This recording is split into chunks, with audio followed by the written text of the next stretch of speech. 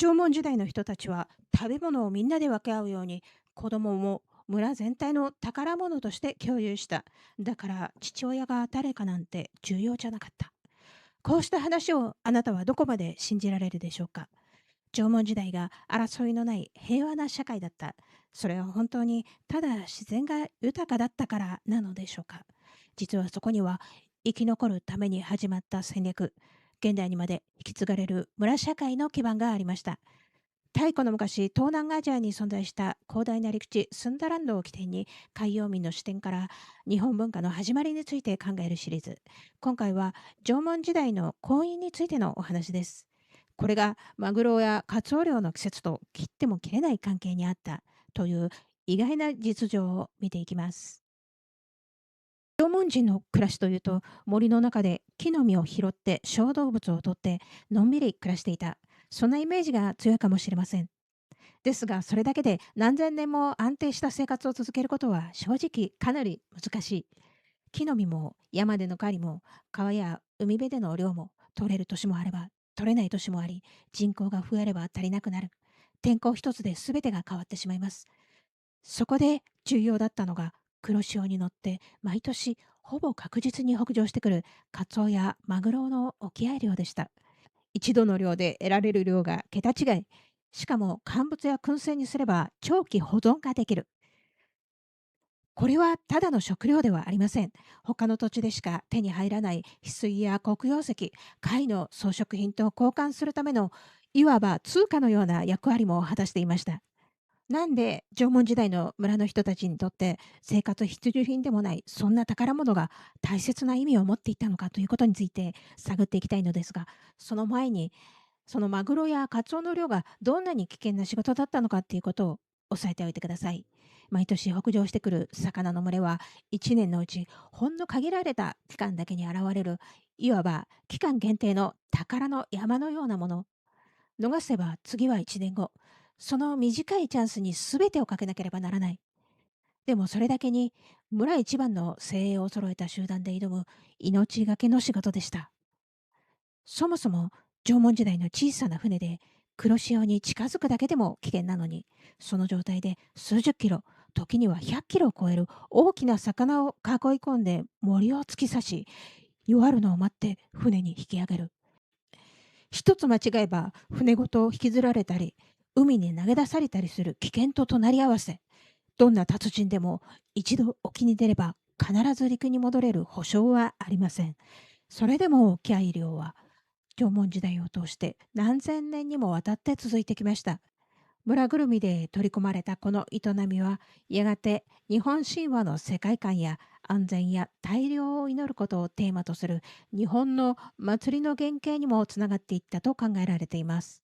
それは、沖合漁が単独の村だけで行えるものではなく、村と村をつなぐ共有の文化だったからです。そして結婚もまたそのつながりの一部でした。では、そんなつながりが実際どんなものだったのか、当時の沖合漁の季節の村へ少しだけタイムスリップしてみましょう。太平洋側の沖合漁の季節は、主に春から夏先にかけて、黒潮の流れに乗って北上してくる魚の群れを待ち受けるというものです。ここで重要なのは、太平洋側であればどこでも漁ができるというわけではなかったという点です。沖から離れるほど波は荒くなり、船から落ちた場合も助かる可能性が低くなるからです。ですから明け方に船を出して、できるだけ短い距離で黒潮に近づき、夕方日の沈む頃に戻ってこれる場所から出港することが必須でした。地図を見ればわかります。房総半島、伊豆半島、紀伊半島、岬や半島の地形になっているところが沖合漁の拠点になっていたと考えられています。では、房総半島の村の人たちは、房総の沖に魚が来る時だけ漁をしていたのでしょうか？そうではありません。房総半島から船で伊豆半島へ、場合によっては魚の群れを先取りして、さらに西の紀伊半島方面の拠点から漁をすることもあったといいます。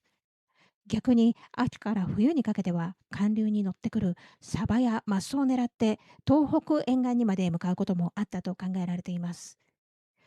縄文時代は季節ごとに移住していたと言われることがありますが、それは村そのものが移動していたという意味ではなく、集落の中の一部の人たち、10人から20人くらいの村の働き盛りの精鋭が漁師団を組んで、季節ごとに魚を追って移動して暮らしていた。そんな風にイメージしてみてください。そして、漁の季節になると、沖合漁の拠点には船で行き来できる範囲の各地方の村々からたくさんの漁師団が一斉に集まってきていた。そうイメージしてみてください。誰でも好きな場所に船をつけ、勝手に漁をして滞在してよいというわけにはいきませんでした。ここで物を言うのが村と村の間の付き合い関係です。地元の村と一緒に共同で漁をすることで、自分たちの村の領域以外でも漁を行うことができたというわけです。迎える側の村は、浜辺への出迎えから食事、宿泊、漁の準備や段取り、さらには夜の宴に至るまで全てを用意しました。これは単なる親切や行為ではありません。次の漁では自分たちが移動する側になる、持ちつ持たれつの関係です。さらに言えば、このもてなしは村の信用や格を示すかなり重要な場でもありました。ちょっとでも抜かりがあれば、どんな噂が立てられるかわからない。もしも雑な扱いをされたと思われて、次に自分たちの漁師団が向こうへ行った時、同じように扱い返されるというようなことがあっては困ります。感覚としては、大事なお取引先を接待するようなものだったと考えると分かりやすいかもしれません。そして迎え入れる側だけでなく、迎え入れられる側の方にも重大なタスクがありました。それは、どれだけ誠意を持っているか、どれだけ信頼に値するかを表明すること。それが何を手土産に持ってくるのかという問題です。見た目、質、そして量、どれが欠けてもいけない。村の信用がそのまま問われる場面だったのです。魚を取る道具や質の良い乾物、塩漬けといった生活に欠かせない品々、それに加えて貝の装飾品や黒曜石、翡翠など遠隔地の産物が儀礼的な贈答品として必要なこともありました。出迎えの儀礼、漁の前後に行われる儀礼、役割分担にも儀礼、収穫の結果とそれぞれの配分決定についても儀礼がありました。これだけ儀礼尽くしということは、素朴な村の漁師の集会というよりも、現代でいう大会社の定例行事のような重厚さをイメージした方がぴったりくるかもしれません。こうした儀礼が社会の中でとても重要な役割を果たしていたということは、儀礼に使われたと考えられる品々の出土状況や集会所や広場として使われていたと考えられる場所の跡が各地で見つかっていることからも伺うことができます。そしてここからがいよいよ本題、縄文社会の革新ともいえる出会いと結婚の話です。この季節漁のために村と村が最も密接に関わるこの時期こそが、縁談が取り決められるタイミングでもありました。漁師団を送る側の村では、漁や宴会の準備を手伝わせるため、事前に村の女性を送り込んだといいます。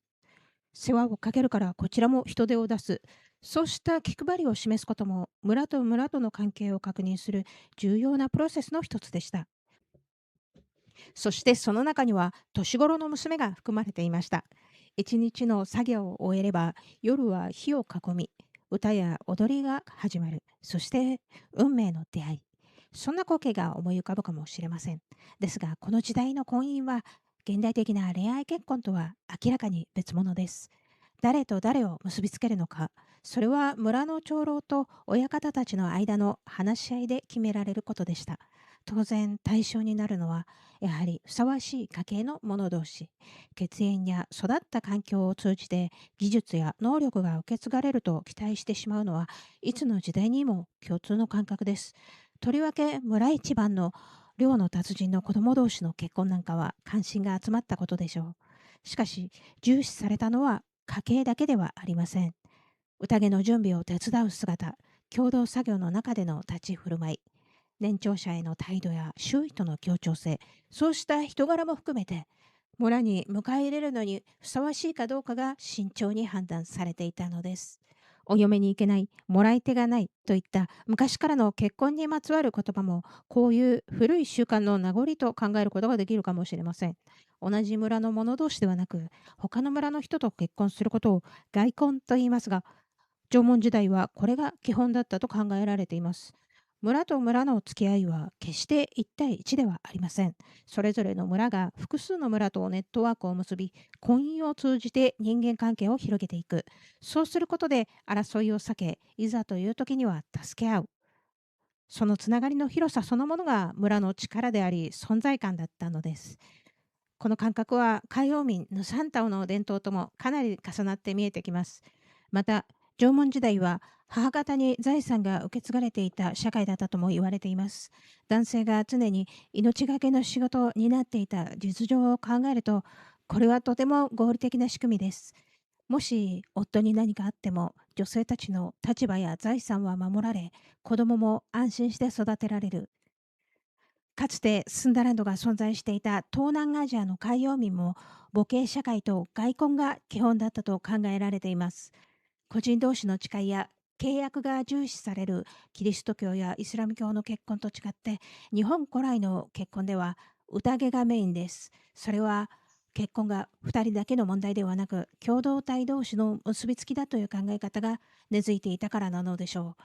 こうして来年の漁の季節には婚礼を挙げようという約束が交わされ、漁師団は村に戻ります。そして嫁入りする側の村では恥ずかしくない結婚式を挙げるための準備に取り掛かります。そういえば結婚式の引き出物には鰹節がなくてはならないものという伝統があったりしますよね。料理もお頭付きの魚とか三三九度という杯を組み交わす習慣もなくてはならないものです。